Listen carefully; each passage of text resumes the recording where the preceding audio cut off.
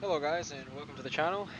Here yet again with another video. Um, this is going to be a little bit interesting. This was a game in which I decided to take out my team for some practice runs, and basically we were doing coordinated bombing runs on designated ground targets. Uh, with that said, let's go ahead and get started with the video. As you can see, I have some nice anti-ground payload. I love how this jet looks. There is three of us. It is Wargamer and Major Kukri. At this point, we're just getting situated. We're finding each other, and we're uh, coming together so that we can do as planned. So for this, since they're learning, this person right here, this is Wargamer. As you can see, that's Wargamer. That's one of my members. Um, him and I were already set. We were heading for the target, and as you can see, we're going to engage one of those bases.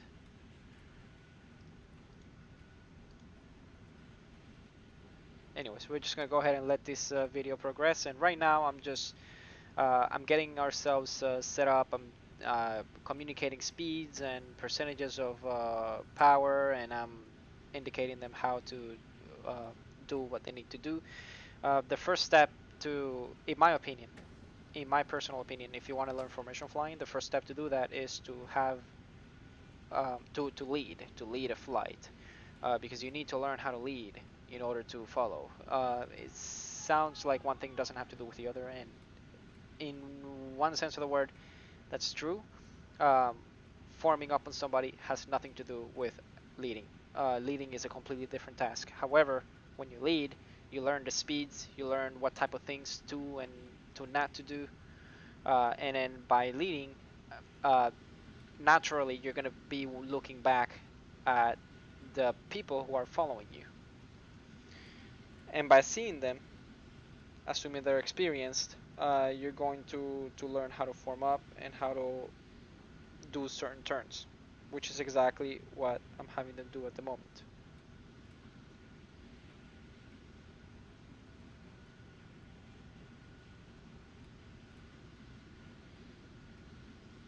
Major Kirker will be joining us in the formation. He actually was supposed to be leading, um, but his plane is a little slower than us, and we're already ways ahead of him. So we're just gonna go ahead and we're gonna perform the first strike on the base.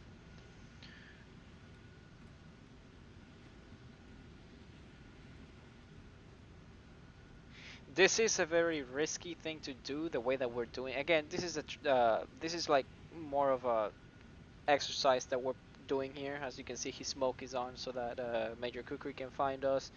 The smoke is a really good way to look back and see how well your trajectory is.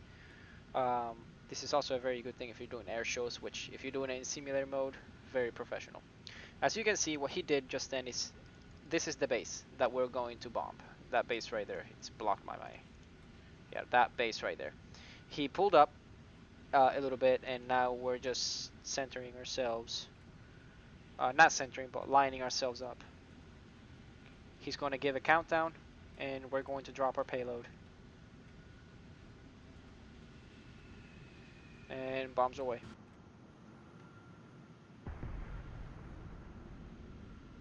That was a good effect on target. That was at least, at the very least, I would say 6 bombs that hit that base. 4 from me and 2 from him. And as you can see, notice how I'm doing the turns. I'm always sticking to his wing. So when he turns, I'm gonna turn with his wing. I'm basically following his wing, not his fuselage. His wing dictates my movement.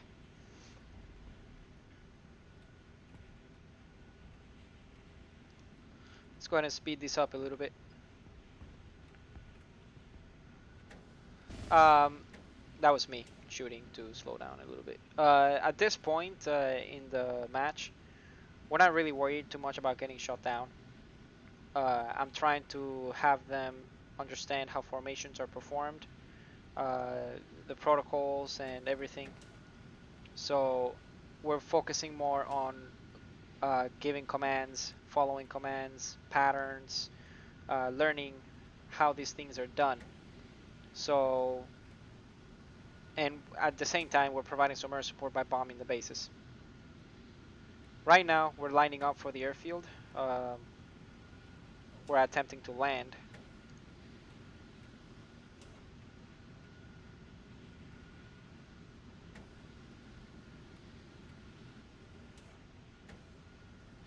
Which means that our throttle is 0%, most likely. Mine varies because I have to stick with him, and he is getting shot at.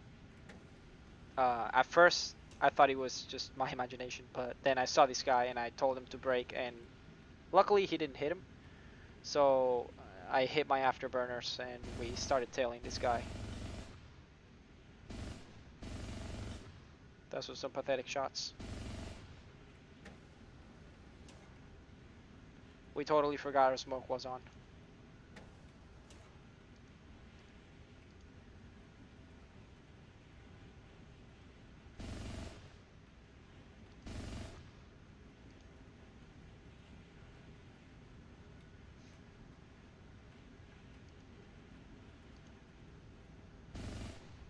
Whoa.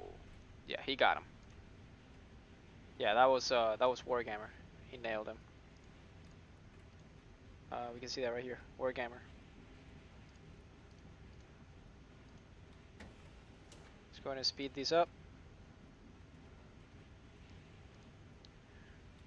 Since this was more of a training exercise, notice that this was actually a match in custom. There were a few people on the other team.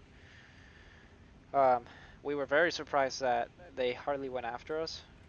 At this point, at least, we were. So we set it up so that the bombs and ammunition would reload, so that we could continuously practice engaging and disengaging ground units while in formation.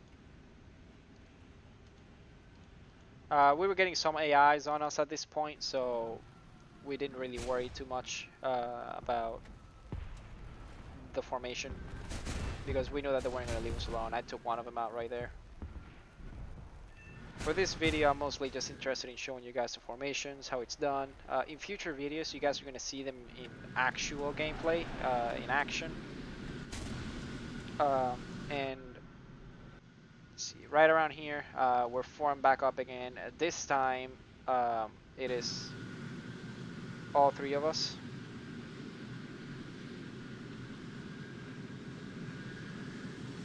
The formation does look like it's a little bit open at this point, and I'm still closing in the gap. I'm the F100 to the left from this point of view. Wargammer, he's also new to formation flying, so he's still getting used to it. So as you can see, he's gonna lag back for a little bit. He's got to get a feel for the planes.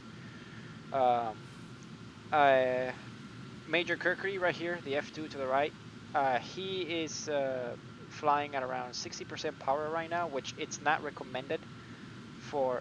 When I say it's not recommended by me.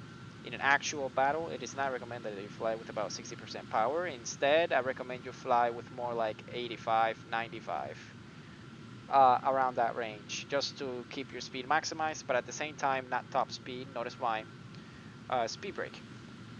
The way that you fly formations,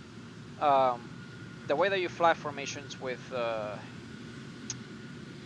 in simulator mode is you have to keep your throttle in such a way that your plane is slightly faster than the lead. And if you see, and again, this is for jets, this does not apply for propeller aircraft. You have to keep your propeller, not your propeller, I'm sorry, I believe we bombed that target. Yeah, we bombed that target. Sorry, I should have gotten that on camera. Yeah, but we all dropped bombs on that target, except for the F2. The F2 didn't have any bombs.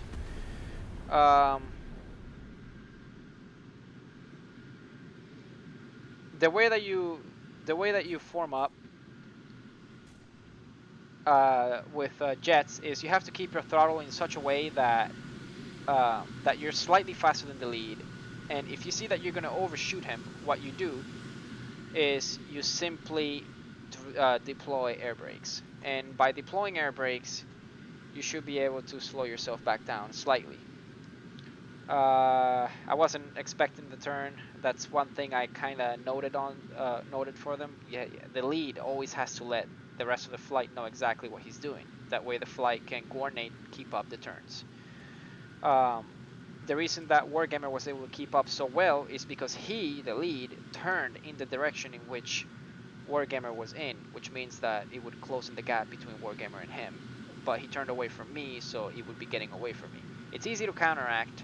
All you have to do is increase power and use a lot of rudder. And you should be able to maintain formation, and you're going to see that momentarily here in just a second.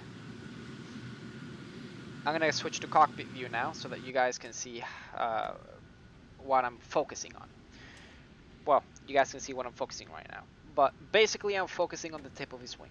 Tip of his wing and bottom center of his aircraft. Tip of his wing, bottom center of his aircraft. That's what you focus on. You basically put your eyes on those two locations, kind of like in between them, kind of like right here. You keep your eyes there, and you simply don't stop looking there. You keep looking there, and you basically copy every movement that he does, kind of like this. Right now, I'm applying a lot of rudder to the left to make sure I stay in position. Notice how I'm counteracting the effect. Since he's pulling away from me, he's not actually getting away from me. I'm actually keeping up the formation, very stable with him. And that's how you do it. You use a lot of rudder, you focus in on this point right here. My eyes are constantly tracking this point right here. That point of tracking might vary for every person. I believe we're actually bombing another target at this point. No, not yet. It might vary for every person. You just have to figure out what works best for you. But at this point, he was actually trying to test the limits of leading, what he can and cannot do as a lead. So he's pulling some pretty abrupt turns. The ideal, and please, I don't know, quote me on this if you want, for older aircraft, and by that I mean older aircraft, and I'm just gonna throw an estimate. Aircraft that are older than the F4 Phantom, the ideal turn in a formation should be 2 Gs, 2 to 3 Gs. Anything after 2 to 3 Gs, it's going to cause your plane to start bleeding energy, and it's going to be harder and harder to keep up with your flight lead. Anything past the F4 Phantom, like an F5 Tiger or F15, F22, any of that stuff, you can do whatever the heck you want. You have enough engine power to keep up with maybe even 5 Gs. But the best way to maintain a pretty formation is to keep your turn, for now, for these jets that we have currently in the game, is roughly around 2 to 3 Gs. For props, it is fairly simple. It's a lot easier to fly in formation with props just because of the fact that everybody's slower and they accelerate so fast. The prop acceleration is so fast, so it's much easier to fly in formation with props. It's very difficult to do it with jets. Why? Because jets are heavy. They are so heavy, and their engine power is good, but they don't have that good of acceleration. The MiG-19 PT, for example, I think that would be a pretty good candidate to maintain a good formation. Hell, even maybe slightly over 3 Gs. Maybe even 3 Gs. But I'm not sure. I actually haven't flown formations with the MiG-19 PT. But I do know that the MiG-19 PT has an extraordinary amount of power on those engines. I think formations are beautiful. I have personally flown a lot of formations in War Thunder with in simulator, and you would think that we would get killed frequently, but no, because the flight lead always keeps a track or always keeps eyes out for danger. The flight lead has to be monitoring everything around the flight, behind us, on top and behind, and the reason for that is because he's the flight lead. Okay, he doesn't have to be focusing on the plane in front of him to not hit him. The rest of the flight does. So the flight lead has to keep track of whatever's going on around the flight. And I believe we're actually going to bomb a target right there, somewhere behind that hill. We kind of got a little bit of distance here, but I'm trying to close in the gap as we approach. And for a second here, let's pretend that he has bombs, because that's what he was doing. He was pretending that he has bombs, and that's fine. You can play pretend. And we're about to release right about now. I think I released it a little bit too late, according to the speed that I was going at. Um, just barely, but that was a lot of bombs hitting the same target. That's really effective. You can see that we have two planes following us, but those are bots. They're ridiculous. Um, so yeah, at that point he got shot down, and then the MiG-19 came in and tried to shoot me down. But not MiG-19, MiG-17. But yeah, that was an AI. That wasn't. I believe that was an AI. Yeah, it was an AI. Um, but that's how you fly the formations. If you practice them enough, it's not going to be a problem for you to do it in an actual battle.